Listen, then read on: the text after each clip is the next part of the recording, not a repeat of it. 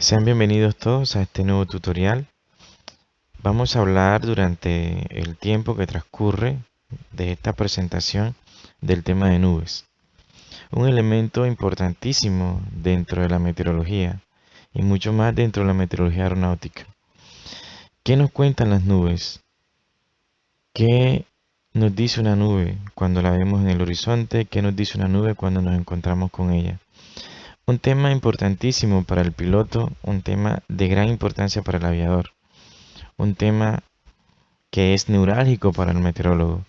Un meteorólogo debe conocer lógicamente las nubes para poder dar una información clara y concisa de estas, ya sea en los reportes meteorológicos aeronáuticos o en los reportes sinópticos. Un piloto debe conocer las nubes para saber qué puede esperar de ellas.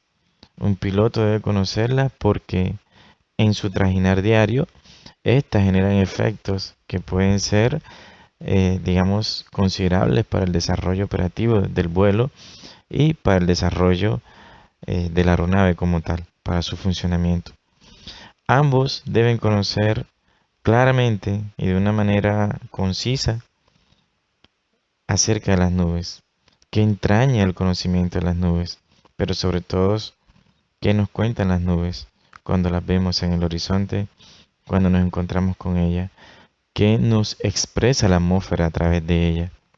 Entonces, es importante conocerlas. En este tutorial vamos a hacer una introducción del tema de nubes, que es bastante amplio y bastante complejo. Es necesario llegar digamos que a un fundamento o a un conocimiento más allá de los fundamentos, algo más específico, sobre todo cuando estamos hablando de un área tan rica en conocimiento, de un área en donde es neurálgico el conocimiento de nubes, como la meteorología aeronáutica. Entonces, aquí vamos a hacer una introducción y la introducción va fundamentada en hablar de los 10 géneros, es decir, esos 10 tipos principales de nubes que han sido reconocidos por la Organización Meteorológica Mundial y por la Organización de Aviación Civil Internacional. Vamos a hablar en principio de estos 10 géneros. Vamos digamos, a diversificar, ¿sí? O a dividir este tutorial en 4 subtutoriales, si podemos llamarlo así, donde haremos una introducción, haremos ya énfasis en nubes medias, en nubes altas y en nubes bajas. Pero en sí, estos cuatro subtutoriales hacen parte del tutorial mayor, ¿sí? De un tutorial que es el tema de nubes fundamentado en los 10 géneros. Posteriormente iremos haciendo énfasis ya en algunos aspectos relativos a las nubes que sean de conocimiento específico, ¿sí? Y de importancia lógicamente para la meteorología aeronáutica. ¿Qué podemos decir de las nubes? En principio, que son la expresión del comportamiento físico de la atmósfera, de los fenómenos físicos que ocurren a nivel atmosférico, ¿sí? Logran expresarse a través de las nubes. Por eso, la forma de una nube nos da indicación de muchas cosas. Por ejemplo, nos puede indicar si el comportamiento de la atmósfera en un momento dado es convectivo, es decir, si la convección tiene presencia, o si por el contrario están predominando los movimientos advectivos, es decir, el transporte horizontal del aire, de calor. Nos puede decir una nube si en ese momento la atmósfera es inestable o por el contrario la atmósfera es estable. Y si es estable o inestable, qué tipo de estabilidad o inestabilidad es. ¿Sí? A través del conocimiento de la nube también podemos llegar al punto de esperar comportamientos posibles a futuro. Ya cuando tenemos un conocimiento más, digamos que más robusto de ellas, y sobre todo cuando podemos articularlo con el conocimiento de otro tipo de elementos que son importantes para el pronóstico. Entonces, a través de ello podemos anticiparnos tal vez a través de la toma de decisiones a comportamientos futuros. Entonces, es importante conocerla. Entonces, son la expresión más importante de esos procesos físicos, de esos fenómenos físicos que se dan en la atmósfera. Y se pueden definir como una agrupación de partículas líquidas de agua o de cristales de hielo o de ambos a la vez. Y aquí puede entrar en juego, además del proceso físico por el cual o a través del cual se forma la nube, entra en juego la altura a la que está formada la nube, ¿sí? La altura a la cual la nube tiene presencia. Esos dos elementos juegan un papel importante para determinar si una nube puede estar formada por cristales de hielo o por gotitas de agua, o en su efecto por ambas a la vez. Ahora, para la formación de las nubes es preciso contar con unos elementos, y el primero pues abundante vapor de agua, humedad. Debe haber abundante vapor de agua capaz de en un momento dado y a un nivel específico poder saturar el aire, ¿sí? Poder saturar el aire. Entonces, a eso le llamamos una alta humedad, ¿sí? Vapor de agua que pueda saturar el aire en un momento dado, una cantidad tal que lo pueda saturar. Una temperatura de condensación que lógicamente se dará en el momento en que se sature la masa de aire en su desplazamiento, ya sea vertical o horizontal. Entonces, es necesario que haya una temperatura a partir de la cual se forma la nube, es decir, una temperatura que me marca un cambio de fase de vapor a líquido. Y unos núcleos de condensación, sin los cuales no se va a formar la nube. Y los núcleos de condensación son partículas sólidas altamente higroscópicas que propician que se dé la condensación. Podemos tener una temperatura propicia, podemos tener abundante humedad, pero si no hay núcleos de condensación no se va a producir la condensación como tal. Entonces es importante que estos tengan presencia. Ahora, además de ello, es necesario que haya un mecanismo que permita el desplazamiento del aire, ya sea horizontal o vertical, ¿sí? Sobre todo el vertical. Cuando hay un mecanismo que propicia el ascenso de aire, entonces a partir de allí podemos esperar que en un momento dado se pueda formar una nube, lógicamente contando con los requisitos o con los elementos más bien que hemos hablado. Ahora, cuando se da el transporte horizontal, cuando se da el transporte horizontal del aire, es posible que también se den formaciones de nube, es decir, cuando hay un proceso advectivo. Cuando hay un proceso advectivo y se dan ciertas condiciones, también es posible la formación de algún tipo de nube. Ahora, tanto movimientos verticales como horizontales lo pueden propiciar. Entonces, hay algunos elementos, o más bien, hay algunos procesos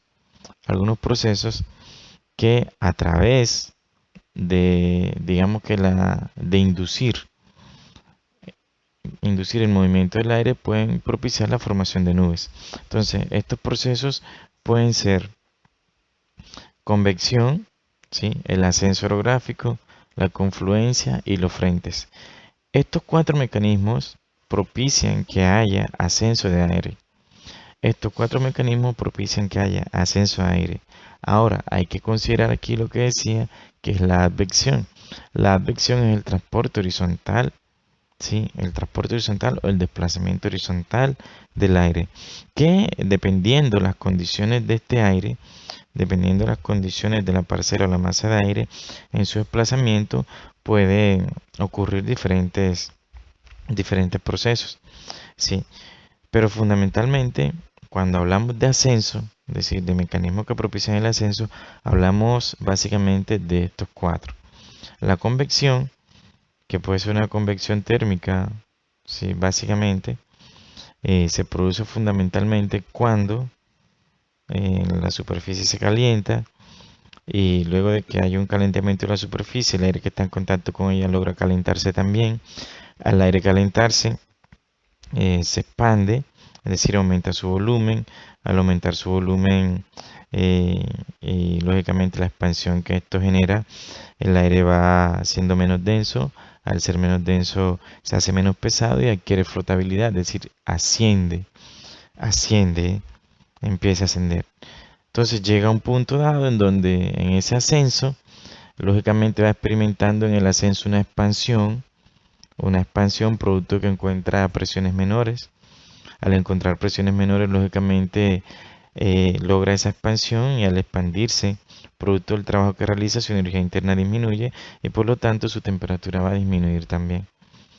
Entonces llega un momento en que al disminuir la temperatura, ¿sí? Sabemos que cuando a menor temperatura tiene el aire, es más fácil que haya una saturación, por lo que pierde capacidad de mantener vapor de agua. Entonces el vapor de agua que haya puede en un momento dado, a medida que la temperatura disminuye, saturarlo. Y ahí el momento en que se satura, luego de la saturación se da la temperatura a partir de la cual el vapor de agua pasa a la fase líquida y se da el proceso de condensación. Allí empieza a formarse la nube. Allí en el nivel de condensación por ascenso es donde se formará, donde estará la base de la nube. También pues por orografía, el ascenso orográfico, el aire en su desplazamiento horizontal cuando encuentra elevaciones, pues se ve forzado en parte a elevarse también, digamos que a subir por la pendiente de si es una montaña, la pendiente de la elevación. Y en ese proceso de ascenso pues le ocurre prácticamente algo parecido a cuando se da el proceso de convección térmica. Sí, al encontrar presiones menores en su ascenso se expande, al expandirse su temperatura disminuye producto del trabajo que realiza y la disminución de su energía interna. Y llega un momento en donde se produce la condensación de la masa de aire, por lo que esta pues, ha venido disminuyendo su temperatura, el vapor de agua que contiene la satura y a partir de allí se forma la nube. Lo mismo pasa con la confluencia, que ya viene siendo cuando se encuentran dos flujos de aire en un punto específico y como es producto de ese encuentro, como efecto neto, se produce un ascenso de aire.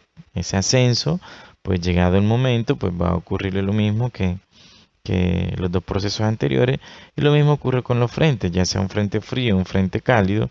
Siempre que hay un frente, el aire cálido va a estar por encima del frío, digamos que con mayor, digamos que con mayor potencia, dada la pendiente tan abrupta de los frentes fríos, va a ir con mayor potencia y con mayor, digamos, dinamismo en los frentes fríos y con un poco de menos dinamismo en los frentes cálidos, dada la pendiente de un frente cálido, ¿no? Entonces vamos a tener formaciones nubosas diferenciadas ya dependiendo qué tipo de frente sea, pero lo que queda claro es que el aire cálido va a estar siempre por encima del aire frío, producto de que pesa menos y que el aire frío pesa más, y que siempre va a haber un ascenso de aire en cualquiera de los frentes que hay, y va a ser, pues lógicamente, ascenso a aire cálido que llegado el momento, producto de la elevación que lleva, producto de ese ascenso en el que se está dando, va lógicamente a sufrir los mismos procesos que sufre en los otros mecanismos, ¿no? Ascenso, expansión de aire, disminución de su energía interna, producto del trabajo que realiza, disminución de su temperatura, producto de esa disminución, saturación en un momento dado cuando el vapor de agua que esté contenido en esa masa de aire tenga la capacidad de saturar el aire. Entonces, lo que queda claro aquí es que lo que se necesita es un mecanismo que propicie el ascenso, porque una vez el aire haya ascendido, digamos que el proceso que sufre es básicamente el mismo. Ahora, dependiendo el grado de inestabilidad de la atmósfera, así podemos ver nubes de mayor desarrollo, ¿sí? Que en otras ocasiones. Pues si el grado de inestabilidad es alto, entonces vamos a ver nubes de gran desarrollo vertical. Si el grado de inestabilidad es bajo, pues vamos a ver nubes de poco desarrollo. Pero siempre digamos que una vez ya el aire va en ascenso, el proceso si el proceso que sufre es básicamente el mismo, independiente del mecanismo que genera ese ascenso. Bien, hay que acotar alguna información también que tiene que ver con que las nubes se pueden clasificar con base en su altura o con base en su forma. Y cuando hablamos de la altura de las nubes, podemos clasificarlas en tres tipos: nubes bajas, nubes medias y nubes altas.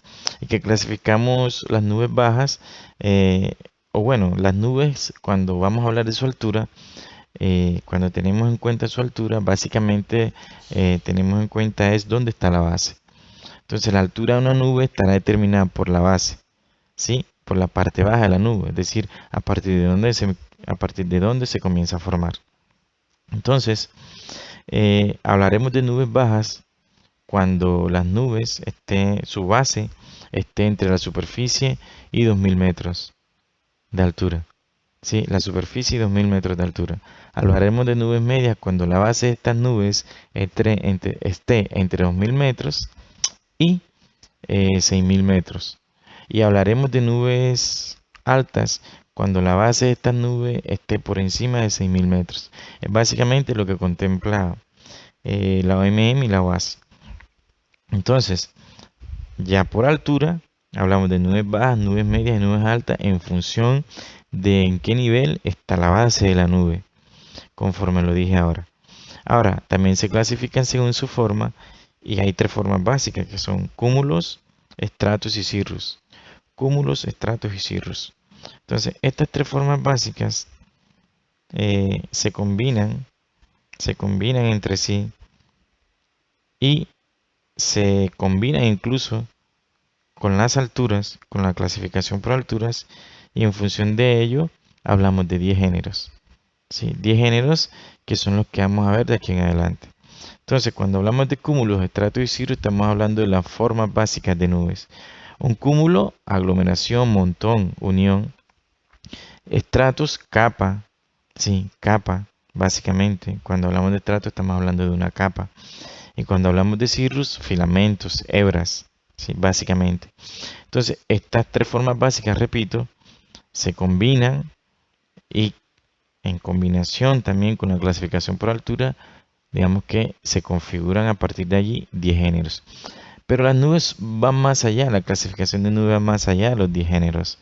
Va incluso, se habla de especies y se habla también de variedades. Si habláramos de todo, de los géneros, especies y variedades, estaríamos hablando de una gran cantidad de nubes, una gran cantidad de tipos de nubes. Aquí nos centraremos en este tutorial introductorio en los 10 géneros. Y luego los 10 géneros, en otros tutoriales, iremos un poco más a lo específico. Pero es necesario que conozcamos de primera mano los 10 géneros. Entonces, esa es una información que creo que nosotros debemos tener a la mano como abrebocas a lo que viene más adelante. Aquí, en esta imagen, podemos observar esos 10 géneros. Y podemos darnos cuenta que hay de esos 10 géneros, 5 géneros de nubes bajas, que son cuáles: los estratos, los nimbostratos, los estratocúmulos, los cúmulos y los cumulonimbus. Repito, de los 10 géneros hay 5 géneros que están ubicados como nubes bajas. ¿Por qué como nubes bajas? Porque sus bases se dan por debajo de los 2000 metros de altura.